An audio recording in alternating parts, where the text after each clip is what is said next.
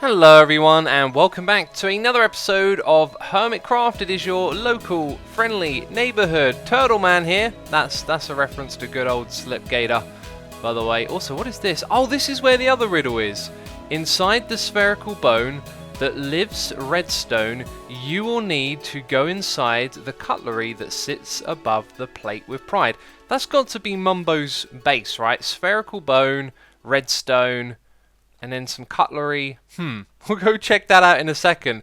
The other one that's over here, though, I know what this is. Green head riddle: from night to day, but never day to night. Seek beneath the Tower of Fright. The Tower of Fright is tagged because no one wants to be tagged and no one wants to go there. And I built that thing, so I think we should go and check it out. Now, if you don't know what's happening with these head riddles, basically there are two rooms where you can find a whole bunch of green heads. Now, I'm not really playing in this competition, but I was watching his video, listening to the riddle, and thinking, I know where that is, so we should definitely go and investigate. That's not normal. I made this path right here. These blocks... Just like that, we found it. No, wait, we haven't found it. I'm one step ahead, pun, of you, Tango. Oh jeez, I should have come over here quicker. I had all the time in the world to come over here, and I took my time. Let's get some cobblestone and pillar out of here.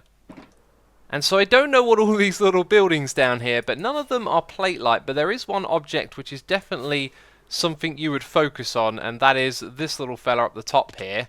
And this is a perfect place to hide green heads, but there's definitely none here, and Tango hasn't already beaten us to it, which might be the case. Well, I'm exploring other parts of Mumbo's base, and this is unfortunately placed, so gunpowder doesn't go into this. I'm gonna fix that for him. Actually, yikes. I'll have to place it like this, otherwise I've got to change that chest as well, right? I think I'm gonna give up. To me, this is the plate with pride right here. So you must go inside the cutlery that sits above the plate with pride. This is the plate, and this could be the cutlery. A spoon. You know, Mumbo gets called a spoon a lot. I'm not sure what this Bumboni's name is. Probably Snow Golem Bumboni or something. Yeah, I really don't have a clue. Oh, wait a minute. Wait, Mumbo's telling us where to go. And now I can't. There we go. Come on, fly. Ah, okay. Mumbo's telling me where they are. So this cobblestone box was it. So the other thing that I found was the gunpowder thing here. And so I'm guessing that they were up here. Ugh. Okay, managed to land. They're all gone. Tango probably beat us to it again. Last episode we checked out Top Gunpowder and decided not to support this particular institution right here. What is this creeper doing at the end there? I hope I don't hit the doggy. And why did the arrow just fly into my face? Also, why did I destroy Tango's sign and take the heads? I just did that very instinctively. And then a moment later I was thinking to myself, why did I take that? There was no need to. Anyway, there is a plane taking off from the runway, which is just fantastic. And over to the side here, the glorious view of this area keeps getting better and better. Slowly, you know, things are changing slowly. And speaking of this, had some great feedback. We're going to make a couple of adjustments to this right here.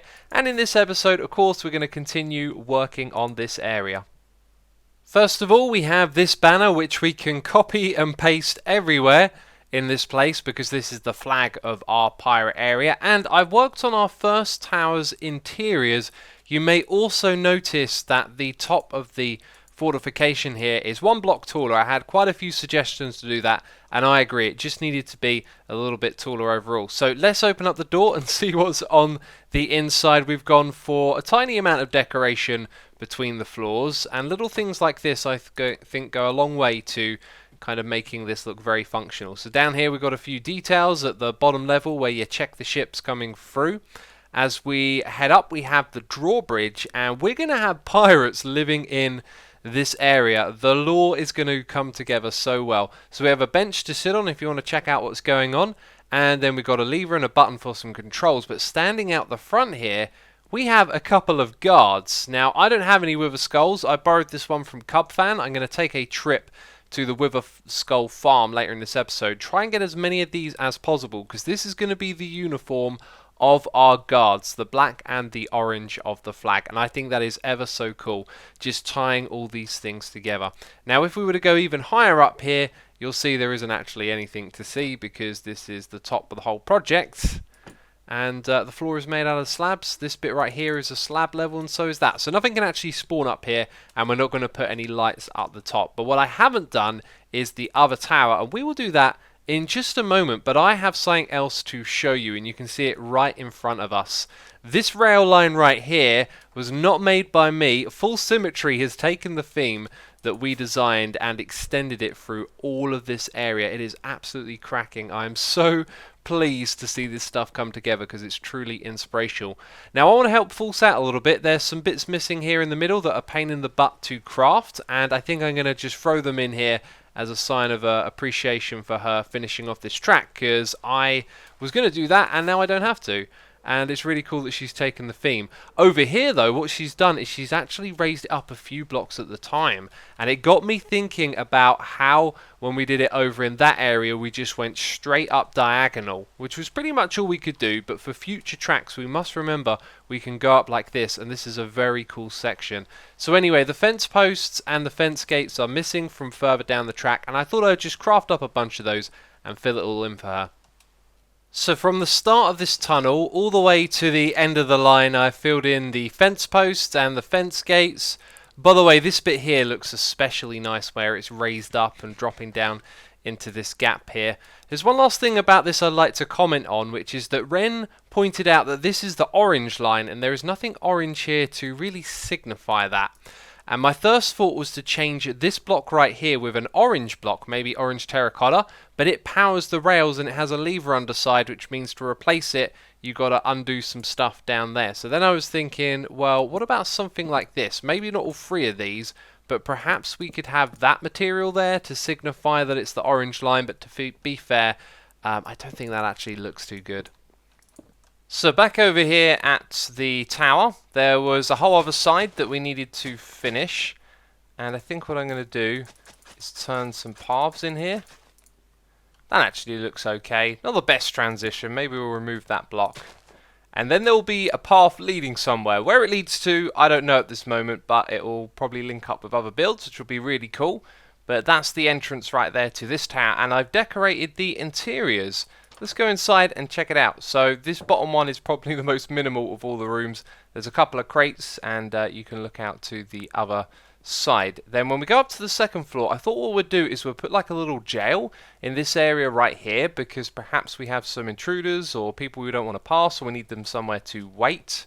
So there is a pirate jail. There's bunk beds, there's places to hang your coat, and there's some chests as well. And then over here we've got a super secure door with trapdoors like that, and then the door behind it. You can't actually walk through this, but it's all just for looks, and I think it does that pretty well. Then on this floor there isn't really much to talk about. It's the same as the opposite side. There is a bench, there is the banner, and there is a window to look out, and the top is the same as well. So that is our towers done for now, and the next thing I want to look at doing is the layout of the other buildings in this area. That's going to require a little bit of research from me, because I need to figure out what exactly the other buildings in this pirate area are going to be. So my friends, we are going to be building a giant keep in this area, which is like the heart of a castle. It's going to be quite a similar structure to this, but much wider in terms of its base, and probably at a similar height, maybe a little bit higher. Now, having looked up the layout of castles, I found that they always have fortification walls around the outside, and sometimes they actually have 2 layers of these walls, which is what I wanted to do. In fact, we're going to be doing a hybrid of the two, because at the front here we're going to have space between this wall and the walls that we build here, and then at the back we're actually just going to let that become one set of walls and then build our keep in the middle. Today's episode though, we're just going to focus on getting these walls done, because I don't know how long they're going to take us, but every now and then in the walls you have these little circular turrets, which are going to be like a miniature version of what we built over here, that pop out a little bit higher than the rest of the wall.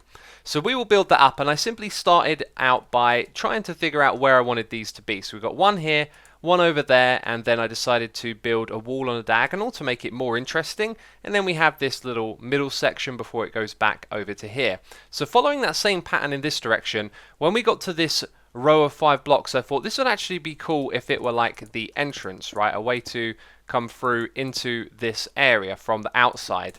And then because we needed more space for the keep in the middle, we have a little gap, and then we have another row of 5 blocks again. So there will be an entrance in this space as well. So what I think we're going to do is have an entrance where you can come through that one, then come straight to here, have a wall between these two areas, and then you can sort of go into this guarded extra area, this extra space around the front here, and that has its own entrance as well. So on the opposite side, we're going to have the same thing again. We're going to have 2 of these entrances, one around here, and this will be built up so the wall comes across from the front and goes into this gap, and then we'll have another entrance for people coming from the outside of where the walls are, and I think that will really tie things together very nicely. So over the back here, the entire layout is mirrored, so where we have a tower over there, we're going to have one here. The wall stretches out the same way as it did before, and then we've got another tower in this location. I figured a view from above would be adequate as well. I may actually make some modifications to this because our keep is going to be a square, and so the shape of this is going to limit how big that square can be. So before we start building these walls up, I may make some more modifications.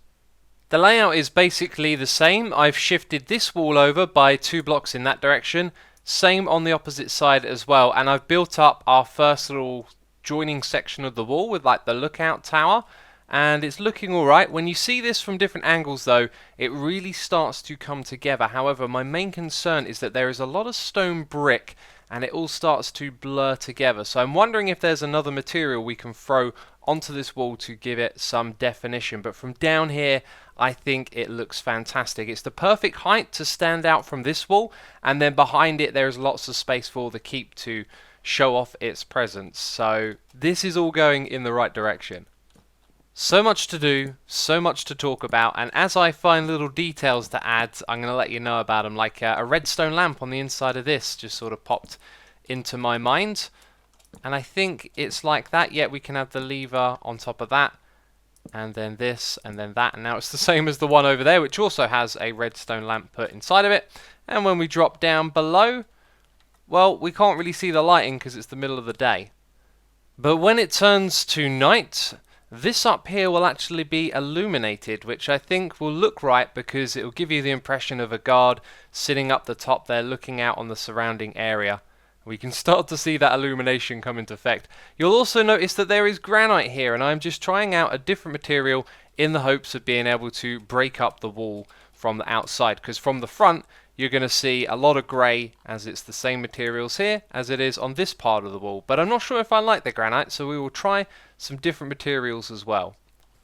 Now I have more walls to build up here, and one of the things I don't want to do is go against the terrain too much. We're going to try and avoid flattening in this middle area. So over on the opposite side we have a little bit of a problem where the height of the wall is level with the land, and that's okay when you're on the inside, but when the level of the land on the outside is as high as the wall, as it does do over here, we run into a bit of a problem. So I think what we're actually going to do is have this wall here start to elevate upwards and come higher than the land, and that means when it gets over to this space right here, this is actually going to be taller than the other 3. All of those 3 lookout towers are going to be the same height. So our walls are all in place, and so are the 4 towers. The next step would be to lay down the foundations for the keep itself. But we'll take a break because we have been at this for quite some time. And over here, you'll see I've been messing around with some other materials as well. We've got diorite, which I think is my favourite of the pick.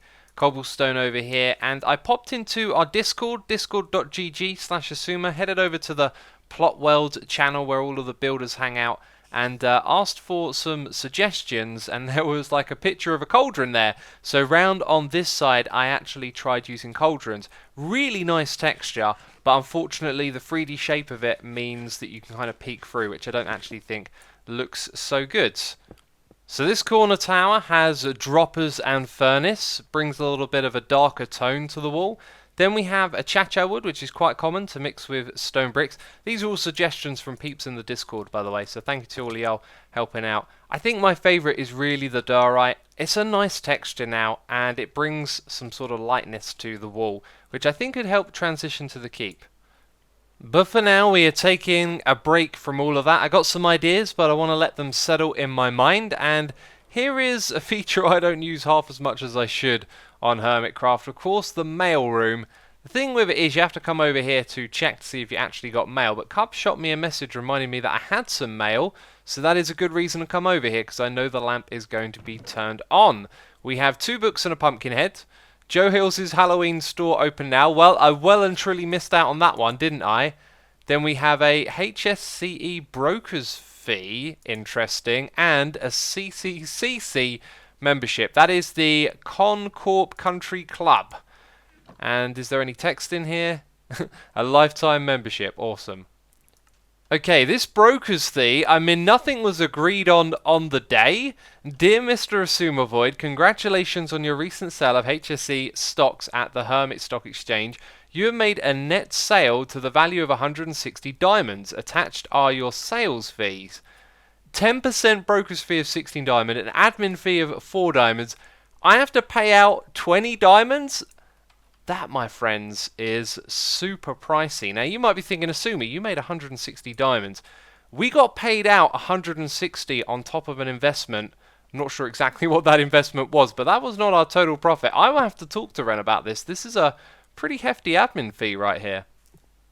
That actually makes a pretty good segue to what we're going to be doing next. In front of us is the financial area where we have the stock exchange and my wall shop, the rainbow, and Doc's Tower over here has inspired me to create something rather similar over in this space. That is why you'll see that the river over here has been filled in. Now originally this river came through here and went underneath all of this stuff, and I thought eventually what we could do is perhaps decorate it a little bit and make it a fun and interesting boat ride. But as we go down here, you can see that it is now home to zombies and other creatures, including mules in boxes. And it looks like there is some construction going on down here, and you can see that the river has been decimated with all this stone filling it in. So no secret river boat ride, I guess, is what I'm saying.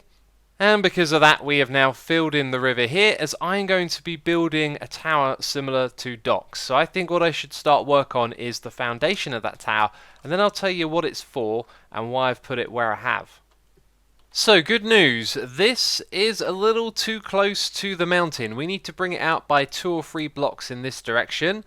And False logged on, oh, and she's mining in the Nether, right as I messaged her on Discord asking if it was okay to remove this tree, and she was cool of it. So we're going to take this thing out of the shot, and that means we can bring our entrance to this building over by a couple of blocks, which is very important. Okay, now we are all good. This is wonderful. The right layout, and I'm going to build a little bit more of the foundation here, build a little bit of the walls going up. We're not doing it all today, just sort of putting this in case someone else spots the area. It's a nice little spot, and I've made some plans for it. You may be wondering why it's been built off of the ground. This is a classic scar tip for you, to build things off the ground so you can terraform them later. But I think I actually want it to start off the ground, so when you approach it from over there, it's going to be a little higher up than you are. So around here we now have the room to do some terraforming. As you can see, I've started just a little bit of that already. This of course won't be final, but you can see with a little bit of work it will end up easing into this space just fine. Now, built the little courtyard out the front. This looks a lot better once more of the building is together, so we will start to put some of the lobby together, but I'm just going to focus on this one front because I don't have a lot of time. So we'll get this looking good and then we'll start to build it upwards. You know, in these videos I often show you how to do something like this with redstone, but the reality is sometimes I'm just happy to do it like this in a river and then go and pick up all of the items after, which is why I've got the F3 and B on. But while I was over here I noticed some bubbles. Look at that. That takes you away from somewhere, right? And then I was thinking, wait a minute, False opened this shop a while ago. It's been closed for a long time. So I just stacked my head inside of here and it's amazing. This is Adopt a Box, which is now open. And I think this is a great deal if you get to keep the shulker box. Also, I'm totally going to go in there off camera. Just saying it now. Does it say over here, actually? I'll read that in a moment. But yeah, look, 5 diamonds and you can have Rocky. And I think that's all right because you know, the shulker box, if you do get to keep it, makes it worthwhile. Then we have Larry over here, Happy Larry, with some music discs. That's a pretty cool deal. Sleepy Sarah, Colin the Coward, and we also got Sandy Susan. So I like it. It's such a cool idea. And then you put your payment over here. That's so cool. So I wanted to extend this skyline of crazy buildings in this like financial district part over here, and so I took Doc's Tower as inspiration and I wanted to build something that would look good alongside it, but because of the rainbow we've ended up putting this thing over here, and as you can see we've only got a little bit of cyan terracotta, which is what Doc used. That is just down the bottom here, and then we've gone for a darker material going up, but with messing around with a block palette for different types of shapes we could bring into this, I've ended up with quartz and lime green, which are fancy colours here in the sort of financial area. So I think it ties into that. What we're going to do though in those gaps is put some ice up there, and I'm going to build this up a little bit more because at the moment I think it looks a little bit wimpy. So when it's bigger it should really start to come together. While I was building in this area we had some unwelcome guests, let's say, shooting at me. Also got a creeper all the way down there that I should be wary of. Let's try and land on top of that. Oh, okay, that'll do. And hey, we've built 3 floors of this so far, and you can see it starting to come together. That is a really nice build. How tall this thing will go, I don't know. That is all we're going to do for now, my friends. I would also like to talk about the view of this building. I'm actually in my camera account right now, so we can freely move around, and the reason that I picked this spot right here is because it's close to this area, but it doesn't distort the view of the rainbow. If we were to have put that building, let's say around here, and it was to rise up in front of the rainbow, I really think that would dispel the magic of it. So it's very important that we preserve this view mainly from this area here. When you go over into this area, the view of the rainbow is kind of different, not as interesting, and it probably will obscure it if you're looking from over there. But that's not particularly a place you go because usually you're caught up in the middle of all of the shopping area. So I very carefully chose this spot, and you know what, now that the building is here, I think it's the right spot for the building. And what about the why and the reason of this building? Well, we actually talked about that a few episodes ago. Do any of you remember? Because we'll get to it in just a second. I have been distracted by this over here, the Concorp map. I gotta say, that is impressive. Someone has been busy placing down blocks in the middle of an ocean. And man, that is really cool. I like it. But anyway, we need to head on into this building. So here we are inside of the Hermitcraft Stock Exchange. There is that logo again. But we're here to check out this book, the Book of Perks, that has been added to each and every one of the different companies' chests. And as I described, I wanted to make a building for our perks rather than just have a book listing things.